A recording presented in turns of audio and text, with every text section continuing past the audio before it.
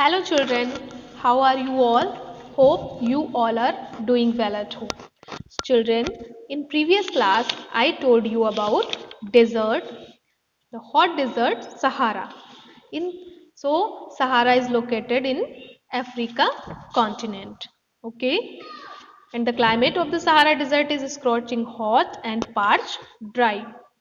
Vegetation in the Sahara Desert includes cactus, date palms, and acacia.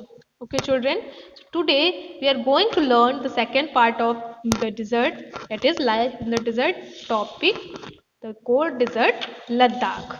Okay, children. So before starting this, let's learn good habit.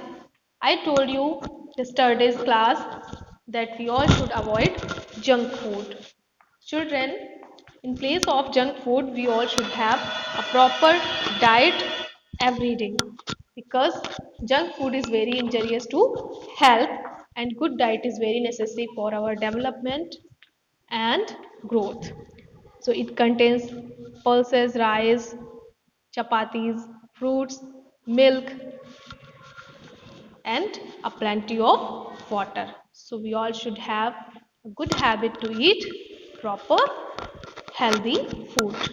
Now come on your topic. So we are talking about the cold desert Ladakh. So what is the location of Ladakh? So Ladakh is a cold desert lying in the Great Himalayas on the eastern side of Jammu and Kashmir. The Karakoram range in the north and the Zanskar mountains in the south enclose it. Several rivers flows flow through Ladakh, Indus being the most important among them. The rivers from deep valleys and gorges. Several glaciers are found in Ladakh, for example, the Gangri Glacier. So the altitude in Ladakh varies from about 3000 meter in Kargil to more than 8000 meter in Karakoram. Okay, children.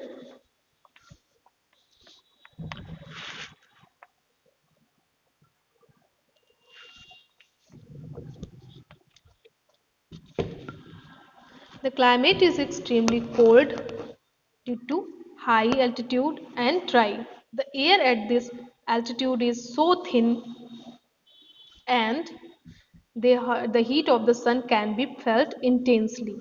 The day temperatures in summer are just above 0 degree and the night temperatures well below minus 30 degree. It is freezing cold in the winters when the temperatures may remain below minus 40 degree Celsius for most of the time. So as it lies in the rain shadow of the Himalayas, there is little rainfall as long as 10 centimeter every year. The area experiences freezing winds and burning hot sunlight. You will be surprised to know that if you sit in the sun with your feet in the shade, you may suffer from both sunstroke and frostbite at the same time. Okay, children? Now, I'm telling you flora and fauna of this cold desert. Okay, children? So vegetation is sparse due to low rainfall, as I told you. Patches of grass and shrubs are most common in this area. Groups of willows and poplars are found in the valleys. There are scanty patches of grasses and shrubs for animals to graze. During the summers, fruit trees such as apples, apricots, and walnuts bloom. Several species of birds are sighted in Ladakh. Okay, children, let's learn about fauna of this area. So, birds, robins, red stars, Tibetan snowcock, raven, and hoopoe are common. Some of these are migratory birds. Migratory birds who changes their places from here to another place according to season. The animals of Ladakh are wild goats, wild sheep, yak, and special kinds of dogs.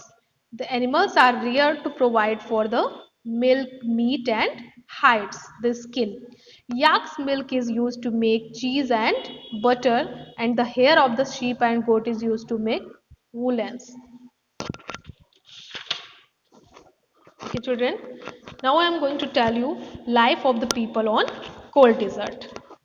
So, no children, the people here are either Muslims or Buddhist. In fact, several Buddhist monasteries dot the Ladakhi landscape with their traditional gompas.